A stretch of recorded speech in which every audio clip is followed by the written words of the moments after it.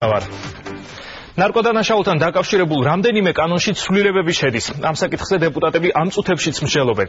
კომიტეტების გაერთიანებულ სხდომაზე იუსტიციის სამინისტროსა და პროკურატურის ანტინარკოტიკული კამპანიით გათვალისწინებულ საკითხებს განიხილავენ. დავით საყვარელიძემ დეპუტატებს იმ კვლევის შედეგები გააცნო, რომელიც პროკურატურამ 2011 წელს ჩაატარა საქართველოში ნარკოდანაშაულის დონის გამოსავლენად. ნათია ტრაპაიძე გვერდება პარლამენტიდან. ნათია, რა სახის ცვლილებები შედის კანონში და რა კონკრეტული შედეგები უნდა მოხდეს შემდეგ ამ ცვლილებებს? საკმაოდ მნიშვნელოვანი რამდენიმე ცვლილება შედის კანონში, მათ შორის ალბათ ერთ-ერთი ყველაზე მნიშვნელოვანი არის ის, რომ სახელმწიფოს მიერ ნარკოდანაშაულისათვის ამოღებული ჯარიმების გარკვეული ნაწილი წარიმართება ნარკოდამოკიდებულების მკურნალობასა და რეაბილიტაციაში, ასევე საკმაოდ მნიშვნელოვანი განსაზღვრება ჩაიწერება კანონში და შემოდის ეგრეთ წოდებული მცირე ოდენობის ტერმინი, ანუ სასჯელი მცირე ოდენობის დამტკიცების შემთხვევაში იქნება ადეკვატური, ასევე მოხდება გადახედვა ნარკოტიკული წამლების ჩამონათვალში და ის შეესაბამება გაეროს მოთხოვნებს. მთავარი პროკურორის პირველმა მოადგილემ დეპუტატებს დღეს ის კვლევა წარუდგინა, რომელიც მათ ნარკოდანაშაულთან დაკავშირებით აქვს ჩატარებული და რომლის მიხედვითაც ბოლო 5 წელიწადში ნარკოდანაშაულმა საგრძნობლად იკლო თითქმის 53% და ასევე საკმაოდ შემცირებულია ნარკოდანაშაულისათვის მსჯავრდებული ახალგაზრდების რიცხვი. თავარი ფუნქცია არის საზოგადოებრივი ინტერესების დაცვაზე ზრუნვა.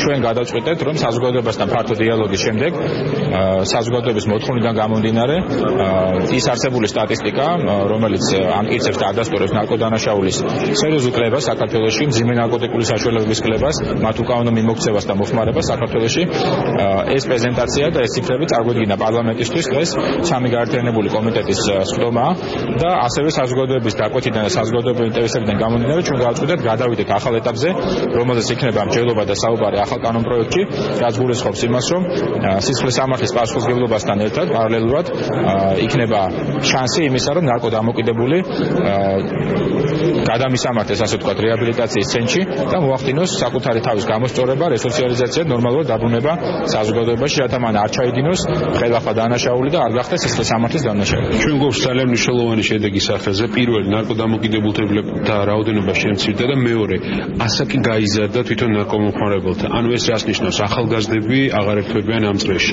თითოეული ჩვენთაგანი ვგრძნობთ უსაფრთხო გარემოს, რომელიც შეიქმნა ზოგადად სახელმწიფოში. შესაბამისად, ამას შეგვიძლია უწოდოთ გარდატეხა ნამდვილად ამ პროცესში და ვიწყებთ სრულიად ახალ პროცესს.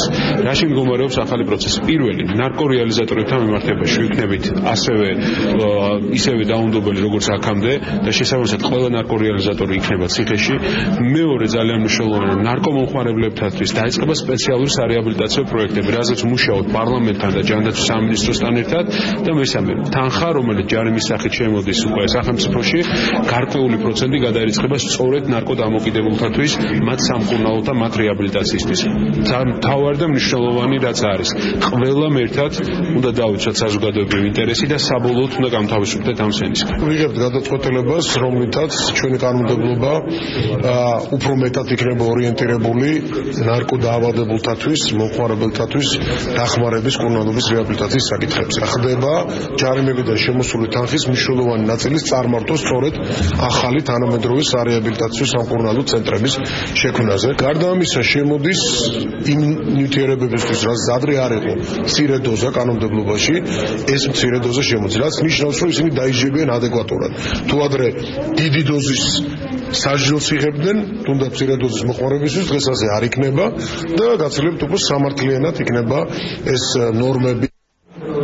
ნათია, თუ არის უკვე გადაწყვეტილი, სად მოეწყობა ეს სარეაბილიტაციო ცენტრები? განახდება ძველი შენობები თუ აშენდება ახალი და რა მეთოდით მოხდება მკურნალობა?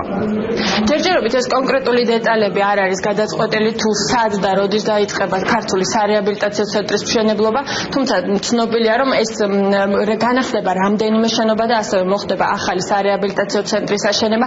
ასევე ცნობილია, რომ მეთოდი იქნება ევროპული, ანუ შრომით თერაპიის ჩანაცვლების და რამდენადაც ჩვენთვის არის ცნობილი, ეს იქნება იტალიური მოდელის მსგავსი, არასრული ანალოგი, არამედ მსგავსი, როგორც არის სან პატრიანოში, სადაც მთლიანად ნარკოდამოკიდებულების მკურნალობა ხდება შრომითი თერაპიით. ყველა ეს დეტალი უკვე კონკრეტულად გაიწერება, როდესაც იმ საკანონმდებლო ცვლილებებს, რომლის განხილვაც ახლა სამი კომიტეტის ხდომაზე მიმდინარეობს, პარლამენტი მხარს დაუჭერს და მიიღებენ უკვე აი ამ ცვლილებებს.